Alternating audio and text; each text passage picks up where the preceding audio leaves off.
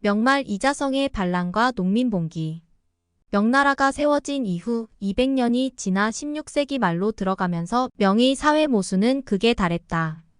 16세기 중반 명의 재상장거정의 개혁으로 사회 혼란을 바로잡고 민생 안정을 도모했던 명이지만 장거정이 죽자 관료와宦관, 신사층의 불만이 쏟아지면서 명의체제는 천천히 붕괴되어 갔다.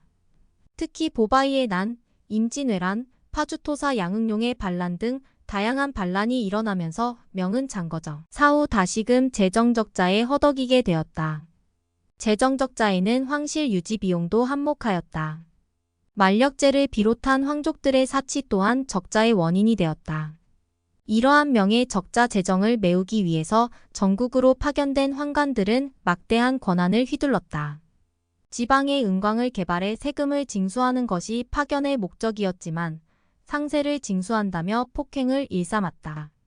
이로 인해 전국 각지에서 폭동이 일어났고 민중의 반란이 시작되었다.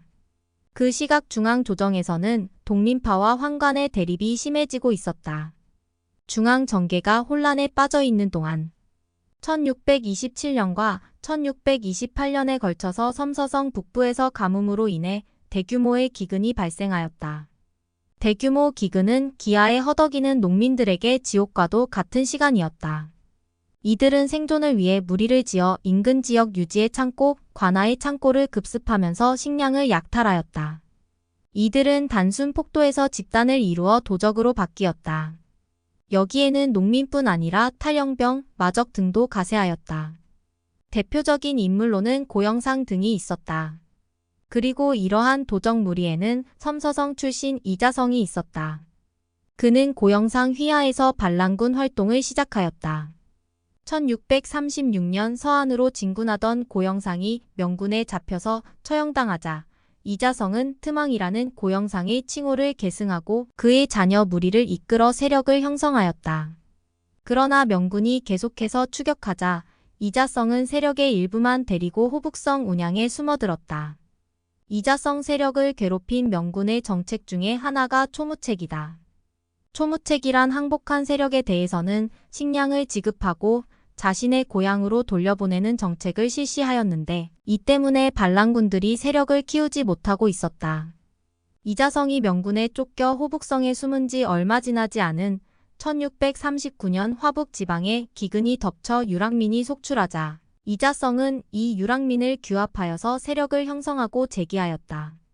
이자성은 1641년 대민 정책을 선전하면서 반란 세력의 중심으로 떠올랐다.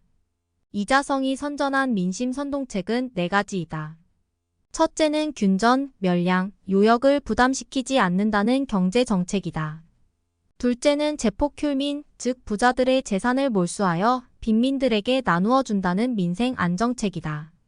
셋째는 사람을 죽이지 않고 재물을 탐하지 않으며 약탈하지 않고 거래한다는 군기숙 정책이다. 넷째는 지식인을 존중하고 예우한다는 신사포섭책이다. 이자성의 민심책에서 중요한 것은 명말. 심각한 사회 문제로 대두한 조세와 요역 부담의 불공평을 해결하기 위한 민심 수습책이다. 또한 신사층을 포섭하여 독립국가 단계로 나아가려는 모습을 보인다. 이러한 정책을 가진 이자성은 1643년 호북성으로 진군한다. 그리고 이자성은 대도시 양양을 점령하여 양경으로 개칭하고 스스로를 신순왕이라고 칭하였다. 1644년에는 서안을 점령하고 서경이라고 개칭하였다. 이때부터는 국호를 대순이라 부르고 연호는 영창이라 하면서 국가 건설을 선포하였다. 이어서 1644년 3월에는 북경으로 진격하였다. 당시 명의 군대는 청의 공격을 막기 위해서 대부분 산해관으로 이동한 상태였다. 이자성은 사실상 무방비 상태인 북경성을 점령하고 명나라를 멸망시켰다. 명의 마지막 황제 숭정제는 경산에서 목을 매 자살하였다. 당시 명나라는 청나라의 거듭되는 공격과 이자성의 난으로 이중고를 겪었다. 그러나 청나라보다는 내부의 적인 이자성이 북경을 점령함으로써 명은 277년간의 역사를 마지막으로 역사에서 사라졌다. 산해관에 남아있던 명의 장수와 군사들은 청에 투항하여 이자성을 공격하였다. 또한 강남에 남아있는 관료들이 남경에서 남명을 세우고 청나라에 계속 저항하기는 하였으나 1662년 청나라에 투항한 오삼계가 범하까지 쳐들어가 영력제를 살해하면서 남명 역시도 청에 의해 멸망하였다. 이자성은 북경을 점령한 후 과거를 시행하는 등 명의 체제를 흡수하는 체제 정비에 힘썼다. 그러나 부호와 신사를 구금하고 재산을 빼앗으면서 이들을 지지 세력으로 확보하는 데 실패하였다. 이러한 상황에서 명과 청의 경계를 지키던 명의 장군 오삼계가 청군과 연합하여 이자성 세력을 공격하자 이자성은 북경을 탈출할 수밖에 없었다.